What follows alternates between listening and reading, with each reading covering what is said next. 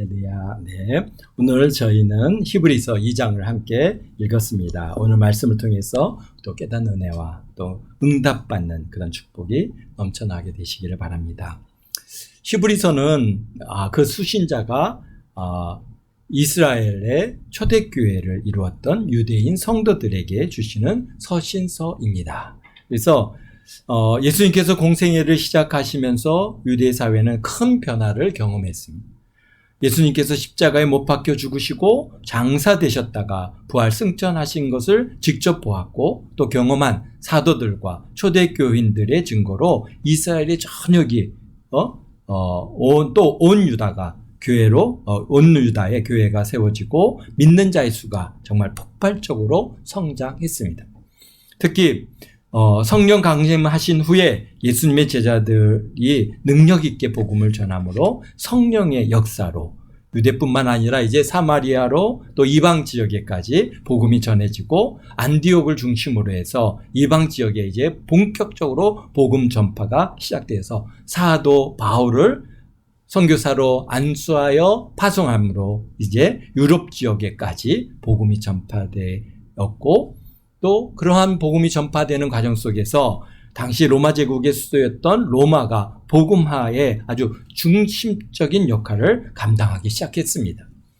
그런데 그것이 계속될 것 같았는데 그러나 그러지 않고 네로가 황제에 올라서면서 그 네로가 기독교를 박해하고 그 다음에 많은 크리스찬들을 잡아가고 또 옥에 가두고 또 심지어는 죽이고 하는 일들이 이제 시작되게 되어서 큰 박해가 있으므로 이제 로마를 떠나야 했던 그런 시기가 바로 지금 이제 이게 우리가 히브리서를 기록하는 그런 시점입니다. 그런데 그러다 보니까 히브리 교인들이 이제 예수님을 영접한 지 한 30여 년의 시간이 지나면서 계속되는 박해와 그 다음에 또 다시 우리 주변의 가족들이라든지 또는 안 믿는 일가 친척들이라든지 이런 사람들이 유대교로 돌아오라고 하는 회유가 이제 계속됩니다. 계속되다 보니까 참 예수님을 믿는다고 하는 것 때문에 집에서 쫓겨났죠. 또 직장에서 쫓겨났죠. 또는 그 지역사회에서 쫓겨났죠. 그래서 그들이 유리하고 돌아다니고 숨어다니고 이제 예수 믿는다는 것 때문에 잡아가지고 옥에 가두고 심지어는 이제 죽이고 하는 일들이 유대 사회에서 계속해서 발생을 하게 됐습니다. 그러다 보니까 이제는 예수 믿는다는 것을 드러내놓고 신앙생활을 하기가 굉장히 점점 더 어려워졌고 이제 예루살렘의 큰 박해가 이제 떨어진 이후로 정말 드러내놓고 예배를 드리는 것도 어려웠습니다. 그러다 보니까 이제 몰래 숨어서 예배를 드려야 됐고 또 그러다 보니까 이제 누가 예수님을 믿는 사람인지 아닌지 뭔가 구분이 이제 없어지는 그런 상황들이 자꾸 이제 드러나게 됐던 것이죠.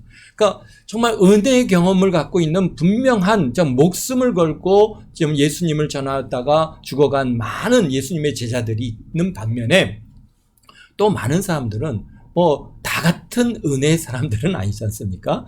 이제 예수님을 갖다가 구주로 영접했는데 이제 어려움이 오고 핍박이 오고 생활에 불편함이 오고 또 보니까 그러다 보니까 이제 나는 예수님을 갖다가 나는 크리스찬이 아닌 것처럼 그렇게 생활하는 사람들도 이제 자꾸 발생하기 시작한 겁니다.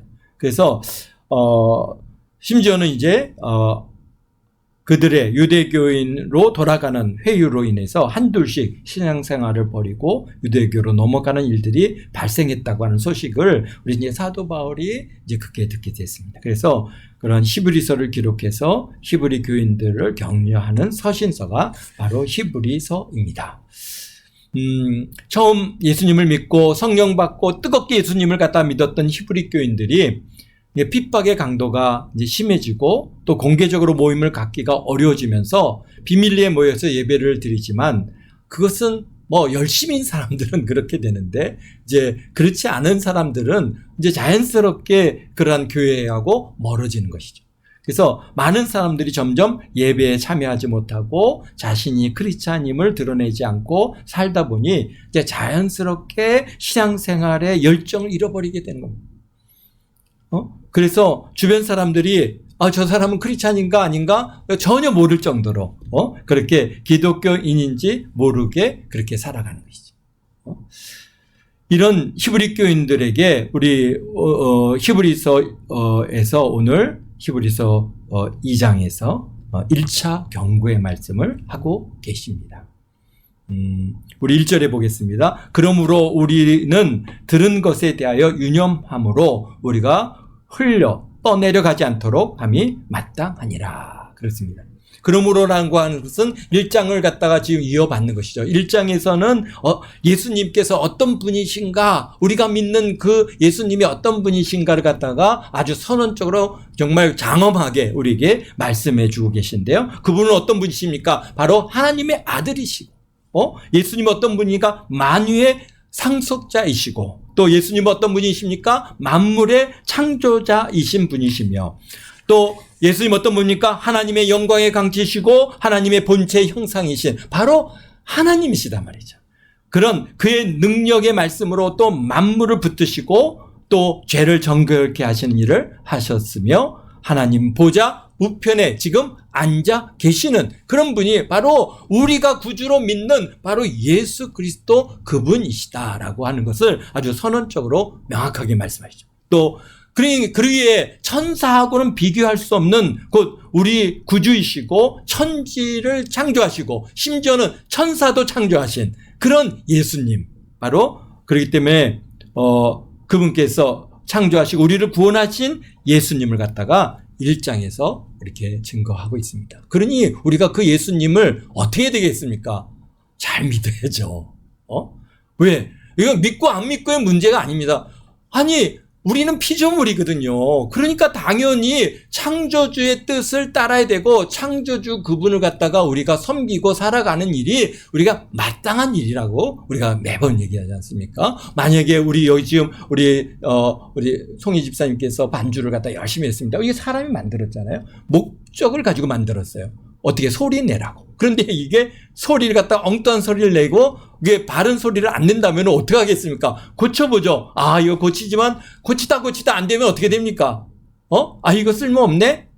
내가 원하는 대로 내 뜻대로 그게 행동하지 않을까. 창조주 만든 사람의 뜻에 따라서 움직이지 않으면 갖다 버리는 겁니다.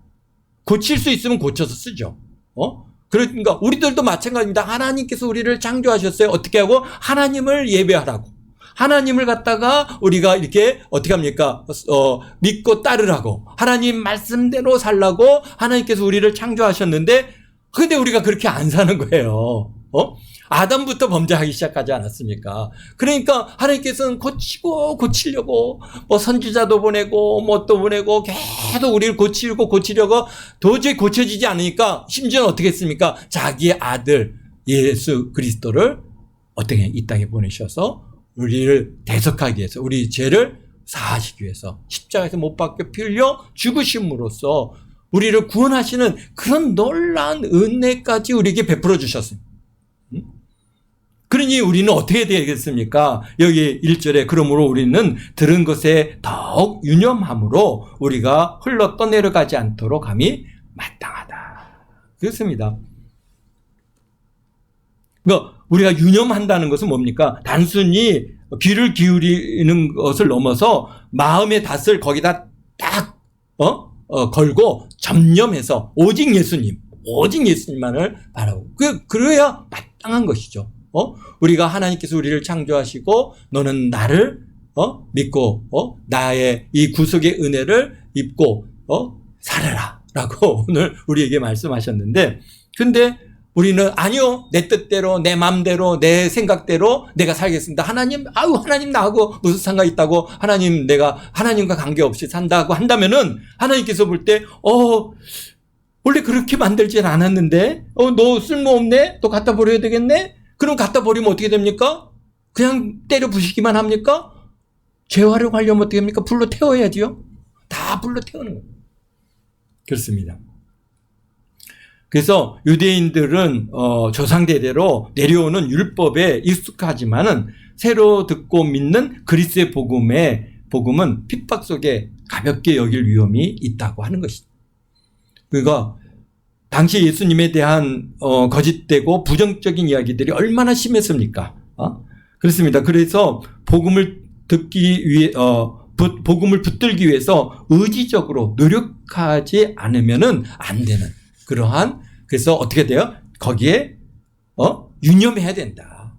거기 가르침을 받은 것에 전념하고 거기에 딱 마음에 뜻을 두고, 누가 옆에서 무슨 얘기를 해도 뭐 얼마나 예수님을 갖다 비방하고 뭐 나사렛에 무슨 뭐 대단한 게 있겠느냐, 또 뭐 그가 어떻게 안식일을 갖다 범했는데 무슨 그가 메시아냐 막 그러면서 하여튼 온갖 말들로 예수님을 갖다가 헐뜯던 일들이 계속됐습니다. 그러다 보니까 그런 것에 귀를 기울이지 않고 오직 예수님을 붙들고 날아가라, 그렇게 말씀하십니다.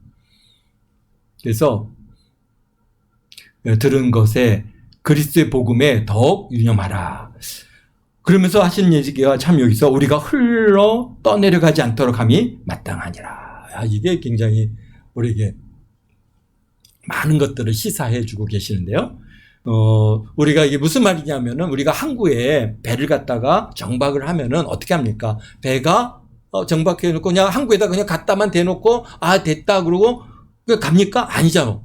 밧줄로 그걸 갖다가 꽁꽁꽁꽁 그게 항구의 닻이나 또는 뭐 이런 앵커나 이런 거에 다 꽁꽁 묶어놔서 움직이지 않게 합니다. 왜요?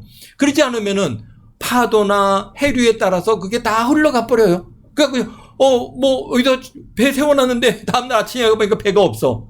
다 그게 그냥 흘러가 버린 거, 어디로 갔는지. 그렇습니다. 그런 일들이 있기 때문에 바로 유념하는 것 같이 꽁꽁 거기에 닻에다가 묶어서 움직이지 않도록 그렇게 해라. 떠내려감이라는 게 어떤 의미가 있습니까? 이 떠내려가는 것은 요란하게 일어나지 않습니다. 배가 그냥 스르르르 조류에 흘려서 그냥 내려갈 때 소리가 납니까? 그러니까 박해가 심하고 주변의 교회를 갖다가 못 가게 할 때 우리는 더욱 열정을 내고 신앙에 대한 예수님에 대한 특심을 내야 됩니다. 거기에 꽉 안 됩니다. 난 이거 절대로 이거 놓을 수가 없습니다. 이렇게 해야 되는데, 그렇지 않으면은 그게 어떻게 합니까? 자연스럽게 그냥 흘러내려간다. 그런데 사실은 이게 핍박이나 어떤 도전이나 이런 게 있으면 우리가 더 열심을 내게 되죠. 그런데 문제는 어떻습니까? 편안할 때가 문제죠. 편안할 때. 오히려 핍박이나 박해가 없이 편안할 때 우리도 모르는 사이에 진리에서 멀어지는 일들이 발생하는 것을 우리가 봅니다. 그러니까 이제 먹고 살기가 너무 좋아졌어요. 여유가 있어졌어요. 그러면은 이제는 어떻게 합니까? 교회 가기보다 어디를 더 뭐 외국에 여행을 간다든지 뭐 어디 주말에 놀러 간다든지 막 이러면서 자연스럽게 교회를 멀리 하는 일들이 나도 모르는 사이에 자꾸 그렇게 흘러가더라고요. 그래서 편안할 때, 큰 문제가 없을 때 복음을 방치하면 신앙은 서서히 진리에서 멀어진다는 것입니다. 그러므로 떠내려가지 않도록 함이 마땅하다라고 하시는데요. 반드시 그렇게 해야 된다는 겁니다. 이거는 신성한 의무의 뜻이라는 겁니다. 이것은 선택 상황이 아니라 신자의 생존이 걸린 필수적인 일이라는 겁니다. 마땅히 그렇게 해야 된다는 거예요. 근데 우리는 그러지 않고 자꾸 그럴 수도 있지. 그러면서 자꾸 신앙을 갖다가, 그래서 우리 주변에 이제 여러분들이 이제 전도하면서 만나는 많은 부분들이 그렇지 않습니까? 코로나 때문에 교회를 안 나가다 보니까 그냥 이제 자연스럽게 교회를 안 나가는 사람들. 그런 사람들이 있고, 그냥 결혼을 했는데 신랑이 교회 가는 걸 싫어하는 것 같아서 그냥 교회를 안 나가다 보니까 벌써 20-30년을 갖다 교회를 갖다가 안 나가던 사람들. 우리가 그런 일들이 우리 주변에 생각보다 많이 있습니다. 그래서 이런 것들이 바로 여긴가 우리가 흘러 떠내려 가고 있는 것이죠. 흘러 떠나가요. 누군가 붙들어주지 않으면은 그는 뭡니까? 정말 어디로 정처 없이 떠나려 가는 겁니다. 그래서 우리로 하여금 참 이렇게 지금 히브리 교회 성도들, 또 오늘 우리들에게도 마찬가지죠. 이렇게 복음에 좀 유념해서 거기에서 흐트러지지 않게 딱 붙들고 우리가 살아가라라고 권면해 주신. 그런데 그러면서 2절에 천사들을 통하여 하신 말씀, 천사들을 통하여 하신 말씀이 경고하게 되어 모든 범죄함과 순종하지 아니함이 공정한 보응을 받았거든. 그러니까 이게 무슨입니까? 천사를 통해서 하신 말씀이 뭐냐면은 시내산에서 모세에게 주신 율법이 이제 그들이 이게 무슨 말이냐라고 딱 천사를 통해서 하신 말씀하면 시내산에서 지금 모세 선지자에게 주신 그러한 율법의 말씀들, 십계명과 율법을 주셨는데 그것이 바로 천사를 통해서 주신 말씀이다라는 것을 유대인들은 다 아는 것이죠. 그러니까 너희들이 율법을 갖다가 어겼어도 그것에 대한 분명한 보응을 받는데, 우리가 이와 같이 큰 구원을 등한히하면 어찌 그 보응을 피하리요. 그렇습니다. 이게 이 큰 구원이라고 말씀하시는데요. 히브리 기자는 복음이 단순한 구원이 아니라는 겁니다. 이같이 큰 구원이라고 말씀하십니다. 히브리서에서 보여주는 구원은 천사가 전한 율법보다 탁월함을 갖다가 탁월함은 바로 성자 예수님께서, 성자 하나님께서 직접 선포하셨다 그러죠. 그 아들을 통해서 전해주신 복음이거든요. 그 다음에 율법과 구약은 짐승의 피로 죄를 속하였지만 온전하지 못해서 반복적으로 짐승을 잡아서 피를 뿌리고 매년마다 대제사장이 피를 가지고 지성소에 들어가서 이 백성들의 죄를 속하고 하는 반복적으로 완전히 없어지지 않는다는 겁니다. 그러나 신약에 우리 예수님께서 보여주신 구원은 그리스도의 보배로운 피로 단번에 영원히 우리의 죄를 속하시고 성취하셨다. 그러니까 이 구원이, 이거는 사람이 이루어놓는 짐승의 제사하고는 비교가 될 수 없는 겁니다. 이것은 정말 하나님께서 직접 자신의 피를 흘려서 우리의 죄를 대속하신 이 일은, 그래서 우리를 구속하신 이 일은 얼마나 큰 구원이냐 말이죠. 또 구약은 이스라엘이라고 하는 민족적으로 경계를 가지고 있죠. 그렇죠. 히브리 사람들에게 주어지는 그러한 하나님의 그 택한 백성을 통해서 그들에게 주어진 말씀이지만, 그러나 오늘 신약에서의 구원은 어떻습니까? 오늘 우리의 구원은, 이 구원은 온 인류를 향한 하나님의 사랑을 갖다가 담고 있는 것입니다. 누구에게나 경계가 없습니다. 모든 자에게, 정말 온 인류를 위해서 우리 오직 예수 그리스도를 구주로 영접하는 자, 하나님의 자녀가 되는 것입니다. 내가 유대인이든 또는 이방이든 내가 흑인이든 백인이든 어린아이든 여자든 구분이 없습니다.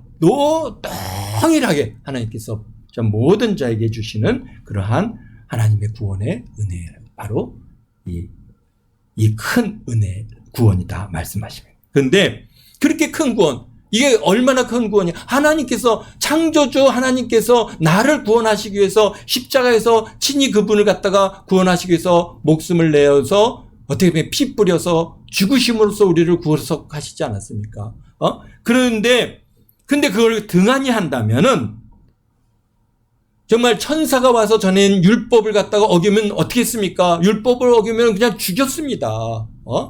그냥 죽이는 일도 있었죠. 물론 그들이 자기가 그러니까 부지불식 중에 죄 지은 것들을 깨닫게 되면은 그 재물을 바쳐서 회개할 수 있는 기회가 있었지만, 고의적으로 사람을 죽인다든지 고의적으로 범하는 죄에 대해서는 그냥 어떻게 합니까? 그는 그냥 율법에 의해서 돌맞아 죽이는 겁니다. 그러니까 얼마나 큰 무서운 일입니까? 천사가 전해준 이 율법도 어기면 죽음은 일인데, 그런데 하물며 정말 그 창조주이신 예수님께서 우리를 구원하시기 위해서 이 땅에 오셔서 우리를 위해서 십자가에서 죽기까지 우리를 베푸신 이 구원의 큰 은혜를 갖다가 우리가 등한히 한다면은, 그러면은 어찌 되겠느냐? 어찌 보응을 피하리요? 그러니까 어떻다는 거예요? 등한히 한다는 것은 우리 이건 적극적인 이게 범죄하는 것이 아니라 어떻다는 거예요? 관심을 두지 않는 것이죠. 소홀히 다루는다는 뜻입니다. 그래서 예를 들면 우리 에서가 장자권을 어떻게 여겼어요? 등한히 여겼어요. 그게 그냥 가치 없어. 심지어는 그래서 배가 고프니까 그걸 갖다 팥죽 한 그릇에 자기의 장자권을 갖다가 팔았죠. 바로 창세기 25장 34절에 보면 장자권을 갖다가 이게 귀하게 여기진 않은 거예요. 하나님께서 우리에게 구원의 이 놀라운 은혜를 베풀어 주셨는데 우리는 그것을 갖다 귀하게 여기지 않고 그냥 뭐 팥죽 한 그릇에 팔아먹는 에서와 같이 행한다면은 그것은 정말 이것을 어떻게 하는 거예요? 구원을 등한히 여기는 것이다. 우리 구원은 어떻게 했습니까? 우리를 구원하시기 위해서 하나님께서 말씀이 육신이 되어서 우리 가운데 거하셨고 친히 십자가에 못 박혀 피 흘려 죽으심으로 이루어진 이 큰 구원을 자신의 유익을 위해서 에서와 같이 파는 것은 얼마나 망령된 일이 되겠습니까? 이 큰 구원을 귀하게 여기지 아니하고 가볍게 거저 주신 거니까 있어도 그만 없어도 그만 그다음에 별거 아닌 것 같이 여기는 거 이런 게 다 어떤가 큰 죄가 아닐 수 없다라는 것이죠. 우리가 하나님께서 베풀어 주신 이 구원의 은혜를 갖다가 혹여나 우리가 이렇게 등한히 여기고 그게 나하고 무슨 상관이 있어? 또 그렇게 여기고, 그거 그냥, 팥죽 한 그릇에 팔아. 그래, 너 그거, 이거 나 먹을 테니까 그거 하고 바꾸자. 이렇게 우리가 하는 에서와 같은 우리가 그런 일들은 우리가 하고 있지 않는가. 더 구체적인 예를 갖다 우리가 든다면은 우리가 또 좀 많이 마음의 상처가 되질 수 있는 부분들이 있으니까 우리가 좀 개인적으로 내가 참 예수님, 오직 예수님을 우리가 붙들고 살아가야 되는데 나의 그런 유익함을 위해서 우리가 등한히 여기고 있는 것은 혹시 있지 않는가 이런 것들을 우리가 생각해 볼 수 있는 것이죠. 그런데 등한히 여기면 어떻다는 거예요? 어찌 보응을 피할 수 있겠느냐라고 말씀하십니다. 어찌 보응을 피할 수 있겠느냐. 그렇다는 무슨 의미? 보응을 피할 수 없다라는 것이죠. 이거는 그러니까 여기서 흘러 떠내려가도록 그러므로 우리가 들은 것에 대해서 유념해야 되는데 그걸 흘러 떠내려가도록 그렇게 그냥 내버려 두고 그다음에 이 큰 구원의 은혜를 갖다가 등한히 여기고 그거 갖다가 그냥 팥죽 한 그릇에 팔아먹고 하는 이런 일들을 하게 된다면은 우리 하나님께서 좀 보응을 피할 수 없다. 근데 이 보응이라는 게 그럼 이제 보응이 뭡니까? 이게 심각한 문제잖아요. 이 나태한 성도들의 경우 그러면 구원을 잃어버리는 것을 말씀하시는 건가요? 하고 우리가 의문점을 가질 수 있죠. 나태해지면 우리가 교회를 갔다가 또 보면은 그냥 남편 때문에 교회를 갔다 열심히 안 나가고 그러다 보니까 10년, 20년 또 안 나가고 이런 일들 참 우리가 의문점 하나님 저 영혼들은 그러면은 하나님께서 버리신 건가요? 그들은 이제 구원이 없는 건가요? 라고 하는 것을 갖다가 우리가 이제 정말 많이 고민을 하면서 준비를 했습니다. 그런데 참 구원이라는 것은 우리가 뭘 한다고 얻어지는 것도 아니고 우리 열심으로 우리가 열정을 낸다고 해서 우리가 구원을 유지하는 것도 아닙니다. 사실은 구원은 오직 하나님께서 예수님께서 십자가에서 이루신 것이고 그것을 우리가 믿고 구원을 받아 하나님의 자녀가 되는 것이지 그래서 우리가 뭘 한다고 해서 그러면 그 구원이 없어지는 거냐? 또 있기도 하는 거냐? 하고 하는 것들은 우리 지금 2000년 동안 계속해서 이제 신학교 안에서 또는 신학자들이 계속 논쟁하는 논쟁의 그러한 이야기인데요. 그런데 우리가 이제 성경을 갖다 이렇게 들여다보면은 이제 오늘 이 히브리서에서는 5가지에 대한 경고를 주시는데 이런 나태해지는 것으로 인해서 사실 이런 보응은 구원을 잃어버리는 보응이라고 얘기할 수는 없습니다. 그러나 이제 5가지의 경고의 말씀 중에는 정말 우리가 심지어는 우리 구원조차도 잃어버릴 수 있는 그런 위기를 갖고 있는다고 말씀하고 계시는 것이죠. 그렇기 때문에 첫 번째 주시는 이 경고에 대해서는, 이 보응에 대해서는 우리가 등한히 한다고 구원은 잃어버린다라고 얘기할 수 없습니다. 그러나 그러면 이 보응이 뭐냐? 바로 우리 고린도전서 3장 11절에서 15절 말씀을 우리 한번 찾아보도록 하죠.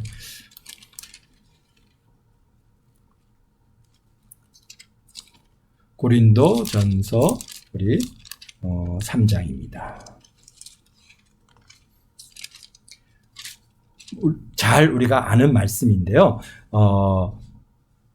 11절에서부터 15절 말씀인데, 이 닦아둔 것을 왜 능히 다른 터를 닦아둘 자가 없으니 이 터는 곧 예수 그리스도라. 만일 누구든지 금이나 음이나 보석이나 나무나 풀이나 집으로 이 터 위에 세우면 각 사람이 공적이 나타날 터인데 그날이 공적을 밝히리니 이는 불로 나타내고 그 불이 각 사람의 공적이 어떠한지를 시험할 것임이라. 만일 누구든지 그 위에 있는 공적이 그대로 있으면 상을 받고 누구든지 그 공적이 불타면 해를 받으리니 그러나 자신은 구원을 받되 불 가운데서 받은 것 같으리라.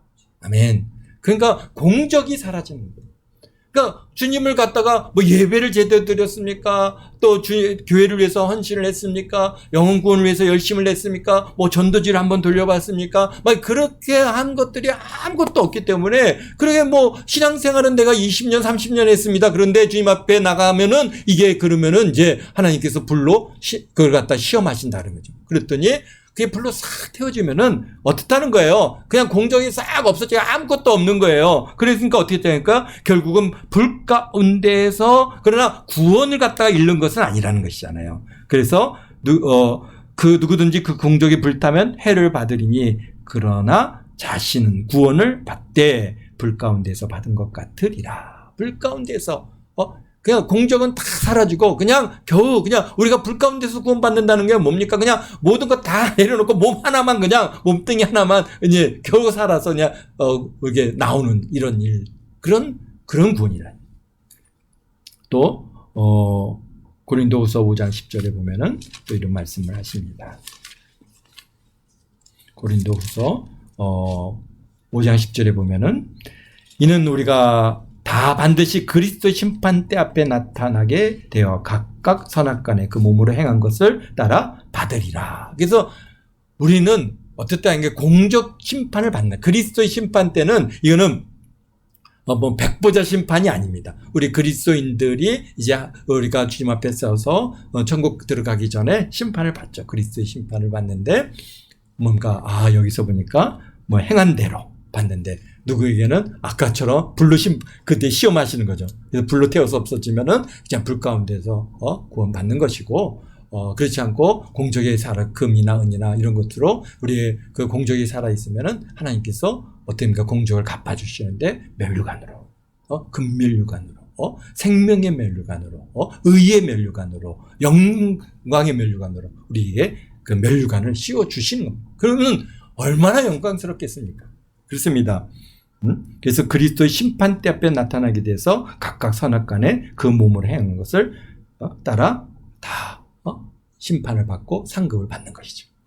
또 요한일서 2장 28절에 보면 자녀들아 이제 그 안에 거하라. 이는 주께서 강림하실 때에 우리로 담대함을 얻어 그날에 부끄럽지 않게 하려 함이라. 그래서 사실 어떻게 하는 거예요? 부끄러운 구원을 받지 않기 위해서 어떻게 했다는가? 우리가 열심을 내서 신앙생활을 해라 라고 말씀하시는 것이죠.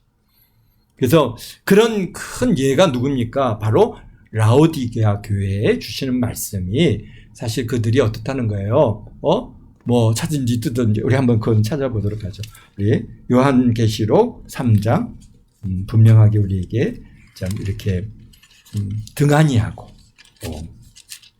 구원을 갖다가 등한히 한 그러한 교회의 성도들에게 주시는 말씀 중에 하나가 라오디게아 교회인데요. 보면은 이렇게 뭐 이렇게 네, 읽겠습니다. 라우디게아 교회의 사자에게 편지하라. 아멘이시며 충성되고 참된 증인이시요 하나님의 창조의 근본이시니가 이르시되 내가 내 행위를 아노니 내가 차지도 아니하고 뜨겁지도 아니하다. 내가 차든지 뜨겁든지 하기를 원하노라. 이거 못하는 거예요. 그냥 뜨뜻미지근한 거예요. 열심도 안 내는 거예요. 그러니까 여기에 그냥 그냥 대충 그렇게 신앙생활을 하는 거예요. 내가 이같이 미지근하여 뜨겁지도 아니하고 차지도 아니하니 내 입에서 너를 토하여 버리랴. 내가 말하기를 나는 부자여 부요하며 부족한 것이 없다 하나 내가 공고한 것과 가련한 것과 가난한 것과 눈먼 것과 벌거벗은 것을 알지 못하는도다. 상급이 아무것도 없어요. 그 심판대 앞에서 상급이 아무것도 없는데 보니까 그러니 뭐가 있어요? 공고한 거, 가련하고 가난하고 눈멀고 벌거벗었다라고. 그러니까 이게 부끄러운 구원을 껴받고 그냥 불 가운데서 구원받아서 나온 이런 구원이 바로 이 라오디게아 교회에 주시는 메시지인 것이죠. 그런 일들이 있다라는 겁니다. 이건 분명히 우리 예수님께서 사도 요한을 통해서 주시는 메시지거든요. 내가 너를 권하노니 내게서 불로 연단하여 금을 사서 부유하게 하고 흰옷 사서 입고 벌거벗은 수치를 보이지 않게 하고 언약을 사서 안약을 사서 눈에 발라 보게 하라. 물은 내가 사랑하는 자를 책망하여 징계하노니 그러므로 내가 열심을 내라. 회개하라. 볼지어다 내가 문 밖에 서서 너를 두드리니 누구든지 내 음성을 듣고 문을 열면 내가 그에게 들어가서 그와 더불어 먹고 그는 나와 더불어 먹으리라. 이기는 그에게 내가 내 보좌에 함께 앉게 하여 주기를 내가 이기는 고 아버지 보좌에 함께 앉은 것 같이 하리라. 와, 얼마나 영광스러운 자리입니까? 하나님 보좌에 앉게 해주신대요. 그 일을 갖다가 이 라우디게아 교인들처럼 그렇게 사지 않고 좀 열심을 내서 하나님을 섬기고 하면은 하나님께서 각종 우리에게 면류관으로 우리에게 그 하나님의 상급을 주실 뿐만이 아니라 하나님 보좌에 앉게 해주시겠다라고까지 우리에게 말씀하고 계십니다. 그렇습니다. 그래서 우리가 천국에 이르러 보상이 없이 마치 벌거벗은 것 같은 부끄러운 구원을 받게 되어서는 안 되죠. 그런 보응을 우리가 이 큰 구원을 등한히 하면은 그런 보응을 받는다는 것입니다. 우리가 예수님을 믿고 구원받는 것만큼 중요한 것은 없죠. 가장 중요한 것은 예수 그리스도를 믿고 구원받는. 왜? 예수님을 안 믿고 구원을 못 받으면 어떻게 되는가요? 그건 그냥 지옥불에 던져지는 거거든요. 그러니까 가장 이 땅에서 우리가 살아가는 일에 있어서 첫 번째는 예수님을 믿고 구원받는 일이죠. 그런데 그 구원받은 자들끼리 이제 우리가 다 천국에 가서 영원토록 우리가 이제 천국에서 영원토록 살게 될 때 모든 구원받은 사람들이 이제 구원받은 자들만 다 보이잖아요. 그런데 거기에서 부끄러운 구원을 받아갖고 그냥 벌거벗고 거기에서 있다고 한다면은 얼마나 그게 부끄러운 일이 되겠습니까? 불 가운데 겨우 구원받아서 들어왔다면. 그런데 그런 구원으로 이제는 거기 천국에서는 상급을 쌓을 길이 없어요. 상급을 쌓을 수 있는 유일한 길은 이 땅에서 우리가 이렇게 육신을 가지고 살아가는 동안에만 우리가 쌓을 수 있는 것이 바로 이 상급 아닙니까? 그렇기 때문에 우리가 이게 살아있는 이 동안 우리가 하나님 나라를 위해서 충성하고 그 구원을 위해서 우리가 정말 유념을 하고 거기에 열심을 내고 이럴 때 하나님께서 상급으로 갚아주시는데 그 영원한 삶에 누구는 막 면류관이 막 7억 면류관에 막 금면류관에 의의 면류관 생명의 면류관에 막 그렇게 막 영광스러운 가운데 막 정말 왕들같이 새 예루살렘을 갖다가 드나드는데 우리는 그냥 저 구석에 앉아갖고 아우 부끄러워서 그냥 겨우 구원받아서 거기서 영원토록 그렇게 살아간다고 생각한다면은 이 땅에서도 우리가 이렇게 어렵게 살고 힘들게 살았는데 천국에 가서는 좀 떵떵거리면서 좀 살아야 되지 않겠어요? 네. 근데 그것은 내가 주를 위해서 열심을 내면은 하나님께서 어떻다는 거야. 그 모든 영광의 면류관, 생명의 면류관을 우리에게 정말 면류관을 씌워 주시겠다는 거 아닙니까? 상 주시는 일을 바라보고 열심을 내라고 우리 예수님께서 우리에게 늘 말씀해 주시는 겁니다.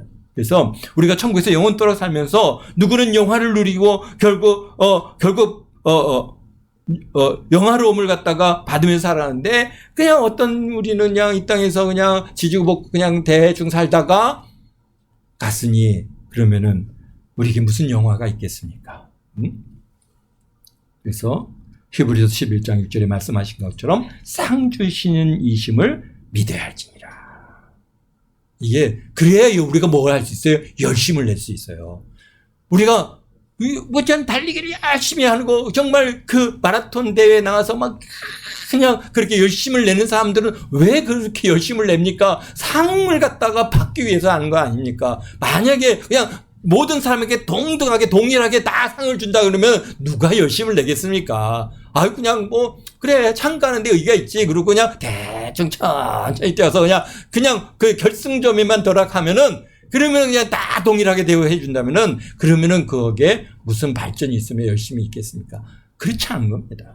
우리 하나님께서는 상 주시는 이십니다. 열심을 내서 주를 갖다 위해서 충성하고 열심을 내며 그 구원을 갖다가 참 열심을 내는 사람들에게는 하나님께서 분명하게 우리에게 상으로 갚아주신다고 하는 이 사실을 잊지 마시고, 이 구원을 등한히 여겨서 그 보응을 우리가 보응을 받는 그런 일이 없이 이 구원을 정말 생명같이 여기고 열정을 내시는 저와 여러분 모두가 되시기를 예수님의 이름으로 축원드립니다. 축원드립니다. 기도하겠습니다. 거룩하신 아버지 하나님,